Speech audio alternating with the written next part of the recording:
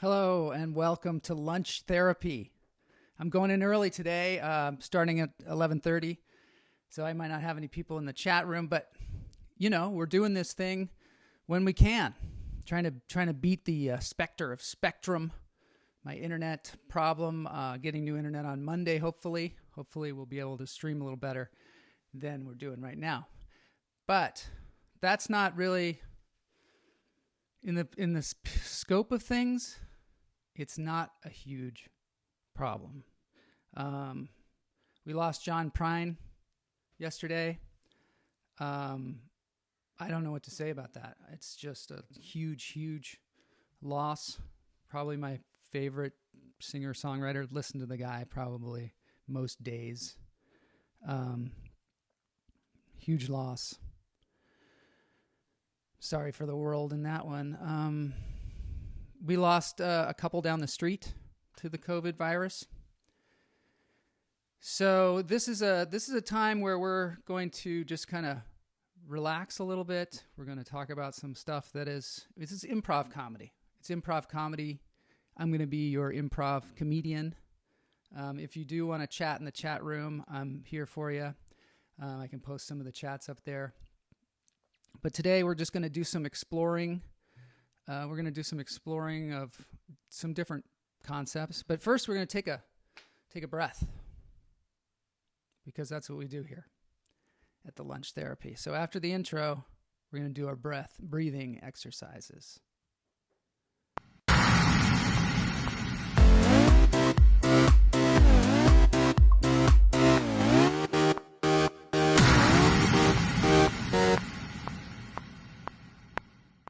Okay, for those of you that forgot to breathe, I'm one of them. I'm going to take in a big breath, a deep breath.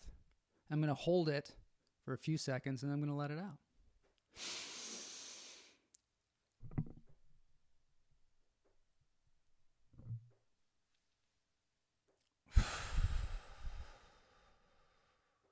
Just let that out. I see that Murphy Daly is in the on Facebook. So we're doing Facebook, we're doing Twitch, we're doing YouTube. So glad to see you. I'm doing Laugh Therapy. So Laugh Therapy, it's a weekly show. We do it around noon. Today we're doing it at 11:30 because I'm trying to beat my wife has a Zoom conference. That's what's happening. So I'm trying to beat that. So we're going to take another breath in, those of you that are out there.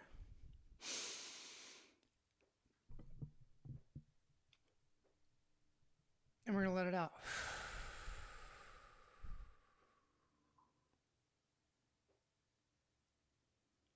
One more time.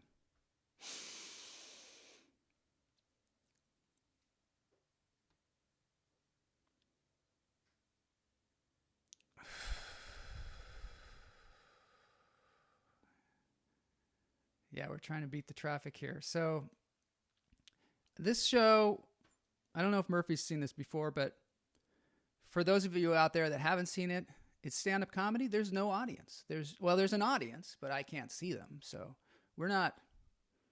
And it sometimes is storytelling. Sometimes it's comedy. Sometimes it's a little bit of both. But it's fun. So let's get to it. This is just, I've got my the wrong shirt on for this, but I figured I'd just be here to check this out. This is a video that I found on the internet. I'm going to go into a different mode here. But I don't understand what's going on here. I don't know if you guys are, big skiers or whatever, but this person,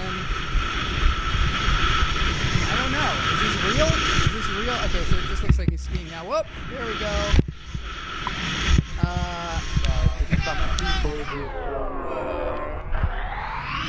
This person, I'm gonna have to put whatever.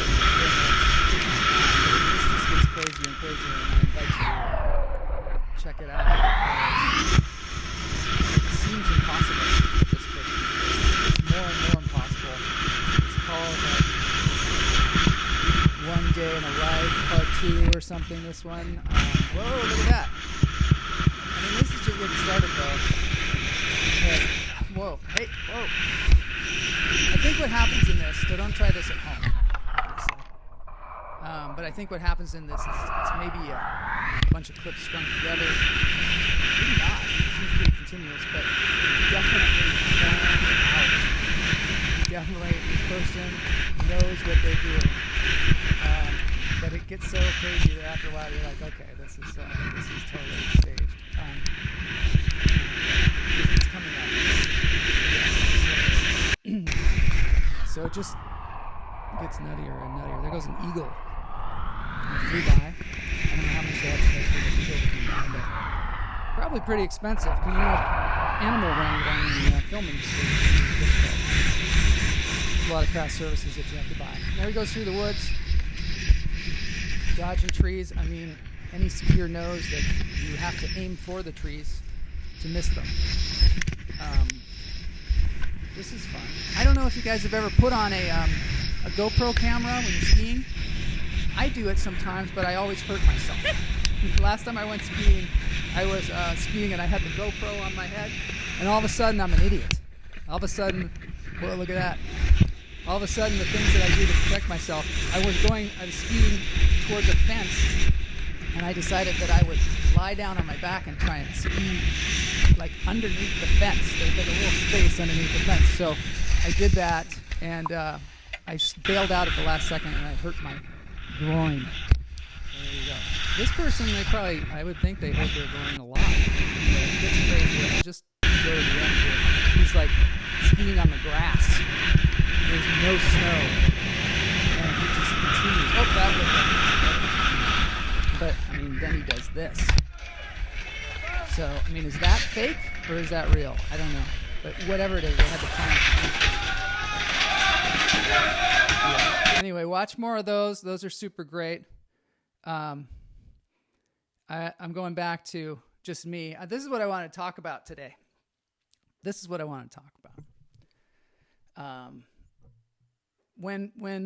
Today we're talking about Generation X in Seattle. That's what I am. I'm a Generation X. I think Generation X is a pretty big group. Kind of a weird thing to call a whole generation. Generation before us, I guess they were the baby boomers, maybe because there was a lot of babies that were born, and so there's this huge group of very wealthy, prosperous people because during their time when they were growing up, I think that's, it was after the Depression and things started really booming in this country, and everybody had a house and everybody had well, I don't know about everybody, but it was kind of the norm. There was like a big middle class where people were kind of prosperous, even just with, just any job. And, but when we came along, Generation X started to come along. It was right after there was like Vietnam. Vietnam was going on, and it was the first, say, televised war.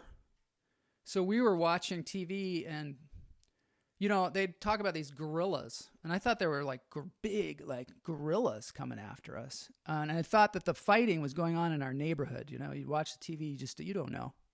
You don't know, because your world is kind of small. So you figure, well, there's some guerrillas coming to get us. And in Seattle, there were not only guerrillas, but there was Bigfoot as well. Bigfoot was coming to get us.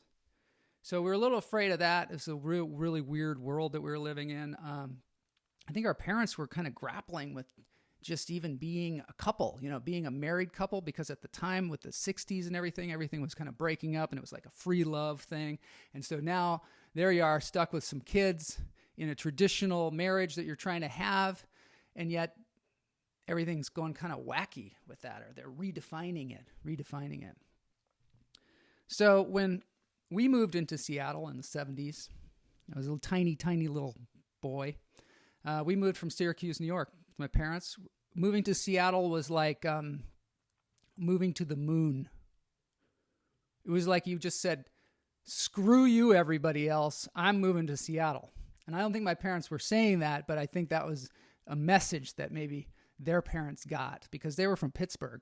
In Pittsburgh, you don't just up and move to Seattle from Pittsburgh.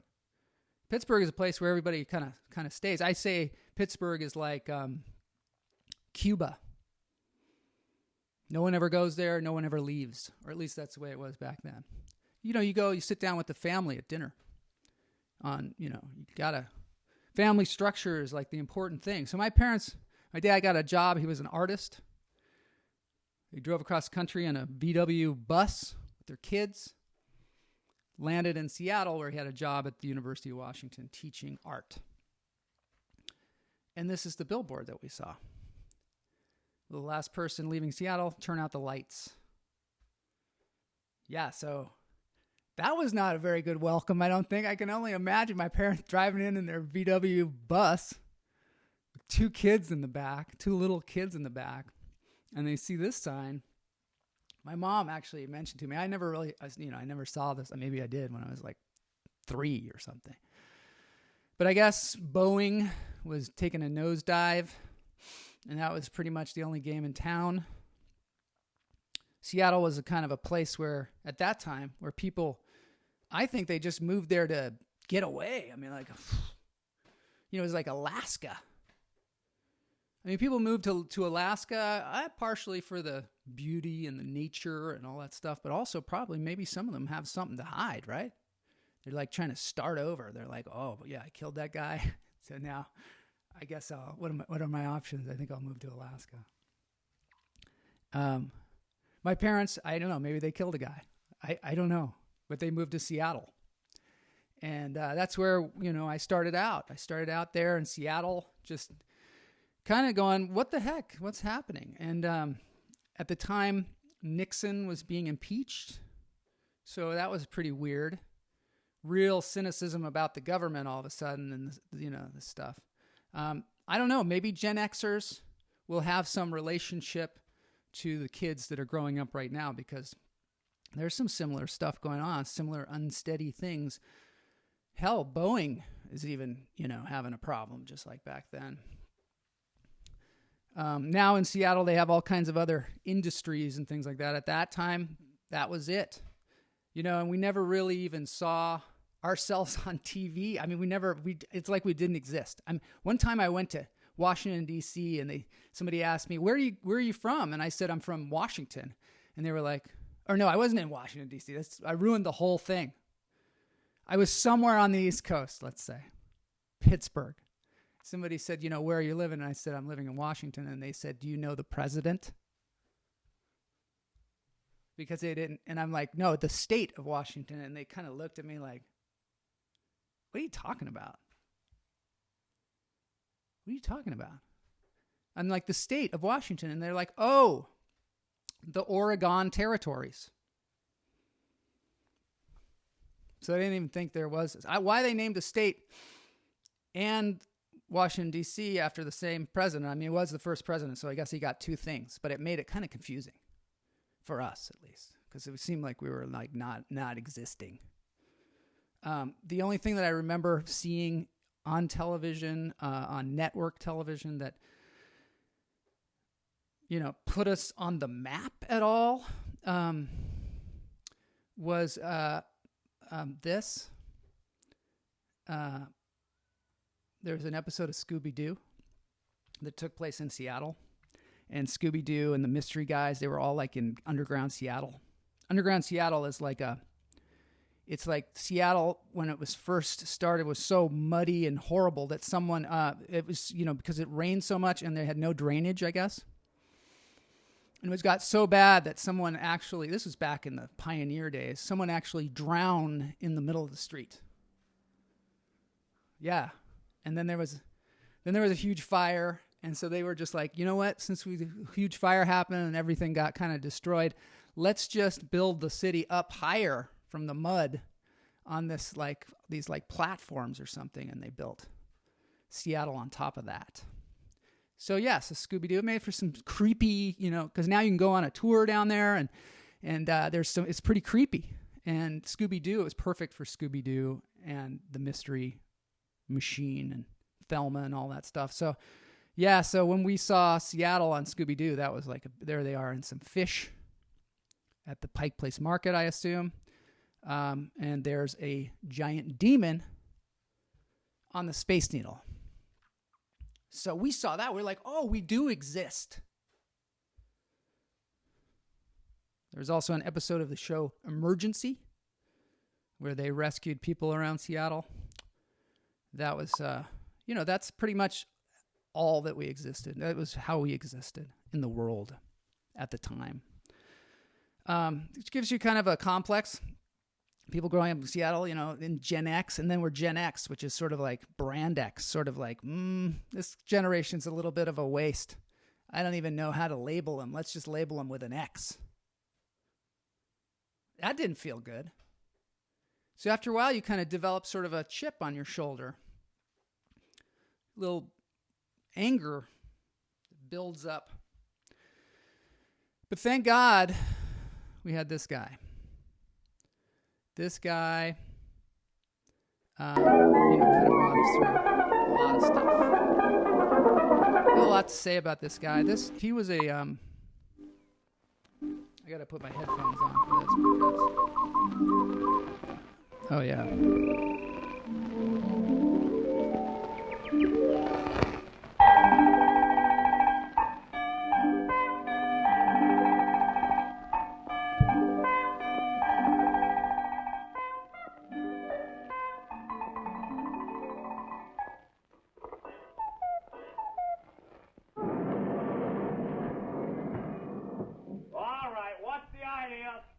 Yeah. The lights and it must be midnight or something. So this guy. Hi there, boys and girls. That silly cuckoo clock waking me up at. What's this? This is our role model. Snowballs at me. This guy. I mean, it's bad enough. He's a really early version of JP Patches. He was kind of the guy that we aspired to be. This guy. It seems odd. Seems a little odd. But he was kind of a man. He worked at the city dump. Everything is so rude. So he worked at the city dump. And he was actually the mayor of the city dump, JP Patches. I try and piece it together. It was such an important thing. He was on television twice a day. And he was always talking to the kids, and he was just kind of winging it. This was really early on. Later on, I'll bring this on here just as a... What are you doing here? So he had this friend. His name was Gorst the Friendly Furple.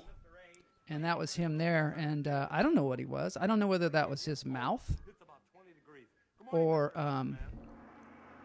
that circle in the middle was, I guess, his mouth. And or his eye. Maybe it was his eye. Hard to say. He lived in the basement. JP would open the door and he'd come out. They'd play a hooga chaka, hooga chaka, hooga chaka. No one really knew what that was. And then there was this guy. But the cool thing about it is that JP Patches started this show and he just was kind of making it up as he went along. And one day he asked for a tuna fish sandwich from somebody, and they gave him one. This hand came in and gave him the sandwich, and then he was like, "Oh, this is Gertrude." And then Gertrude decided to walk in. It was like a crew person, and he had a mop on his head, and then that became a character on the show. And then that guy developed into Ketch Can the Animal Man and Gorst the Friendly Furple and all kinds of different things. And this was a heavy influencer on us because it was the only really thing that we had to identify with. And this guy was our idol, I think. You can see it sometimes in other things, like in this episode of The Simpsons.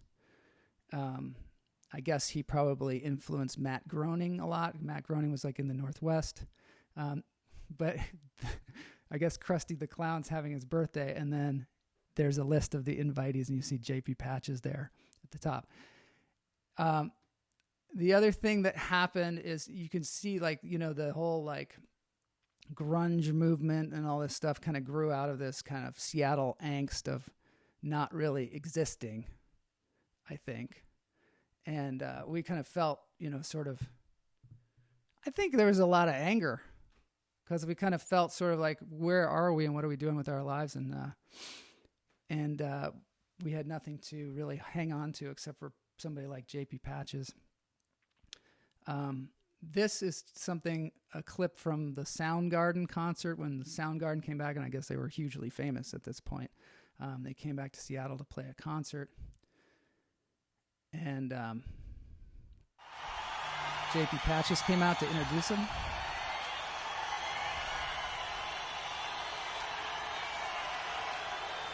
My name is JP Patches. Everyone say hi, There it JP. is. You can see the crowd is just going nuts. They're just like losing it. Do we have some By Patches now we pals were kind out of there? grown up, like early 20s. Okay, if you're a Patches pal, hold up your foot. Put those feet. Good. Okay, I have an announcement to make. May I have your attention, please? And the cool thing about him is he was sort of awkward too. Sort of awkward. This is kind of a serious announcement. I need your attention. The concert has been canceled. Always messing with you a little bit. I have a feeling you don't believe me. And then self-deprecating. Okay, are you guys having fun tonight?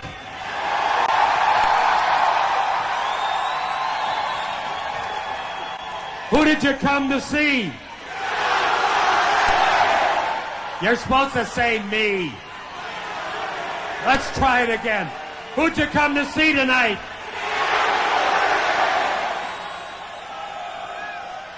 Would you rather have me here or Soundgarden?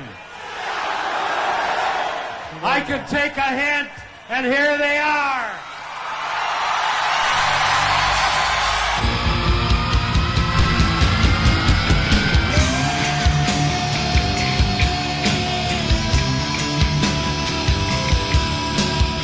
Anyway, that's one of my favorite things of all time.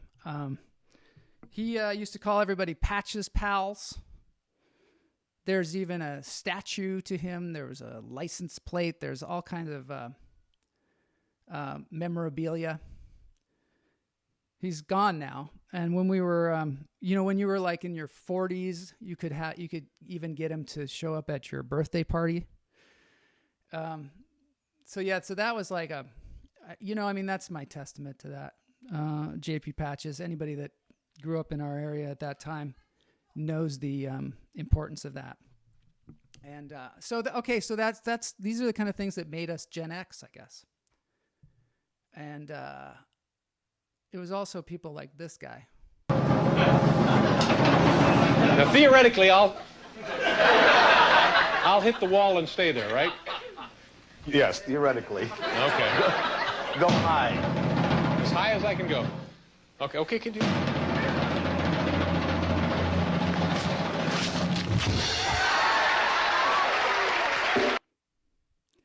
The idea of just kind of making fun of everything, I think, was and David Letterman sort of epitomized that sort of cynicism that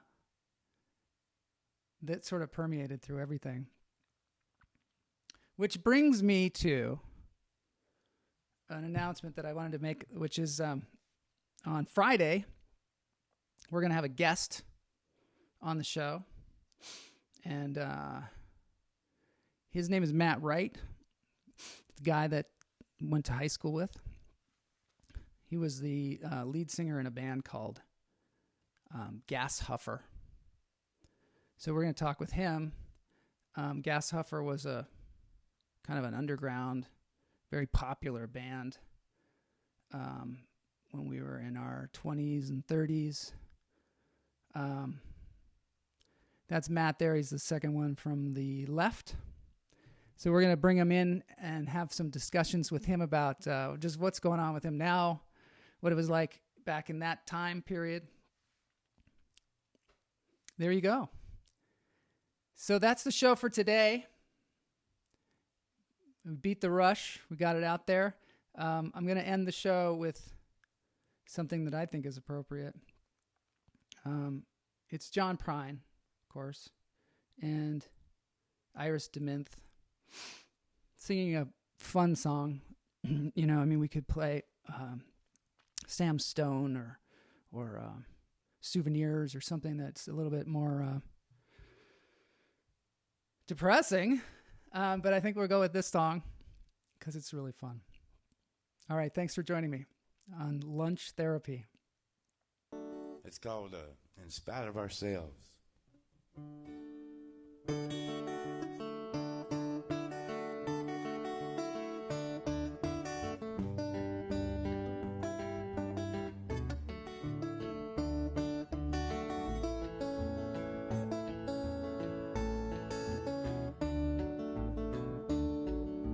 She don't like her eggs all runny. She thinks that crossing her legs is funny.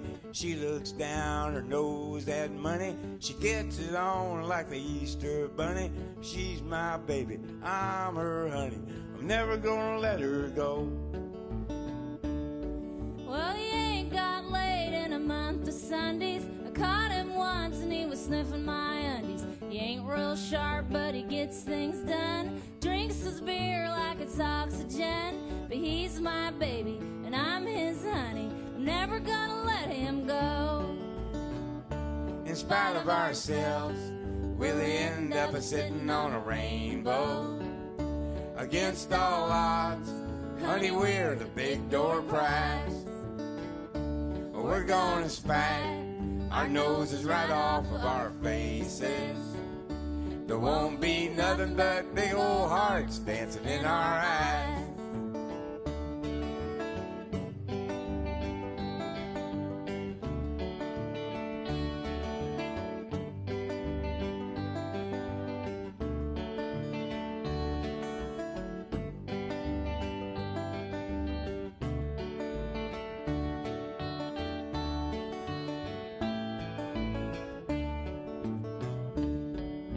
She thinks all my jokes are corny. Convict movies make her horny. She likes ketchup on her scrambled eggs. Swears like a sailor when she shaves her legs. She takes a licking and keeps on ticking. I'm never gonna let her go.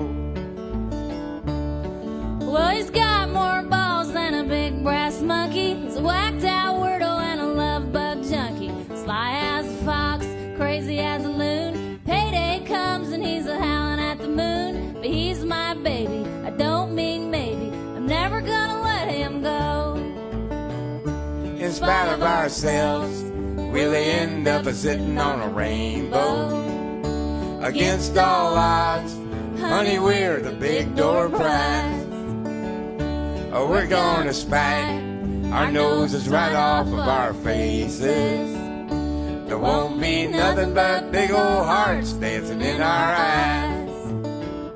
There won't be nothing but big old hearts dancing in our eyes. In spite of ourselves.